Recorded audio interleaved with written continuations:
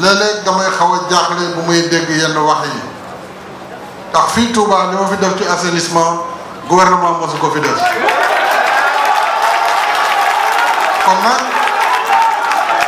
su fekkee taw na taw bu jéggi dayo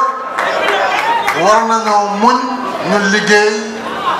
mottali yéene ak la ñu tàmbali woon waaye li ñu fi def kenn defu ko fi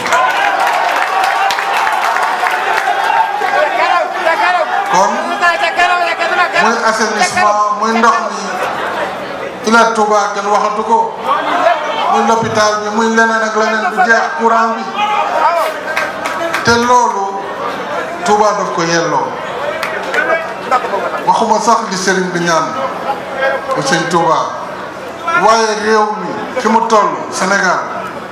tey Touba yàlla def na mooy deuxième ville du Sénégal ci wàllu population ci wàllu consommation électrique moom rek moo fi consommé lu toll ci 85 mégawatts ci courant loolu lu yaatoo yaatu la kon nag jaadu na ñu taxawu dëkk bi liggéeyal ko waaye baax na tam ñu gunge ñu ci liggéey boobu ci dal ak ci xam ne sëriñ bi lañuy liggéeyal population yi lañuy liggéeyal loolu mooy li ma fi bëggoon wax tey ndax mbégte bu rëy la bañ koy wax nee nañu waaye du yegg dañuy wax rek campagne tax yaakaar naa ni wedd yi gis bokk si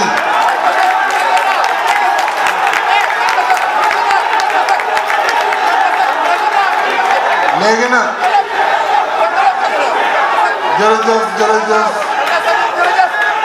sëriñ bi xam nga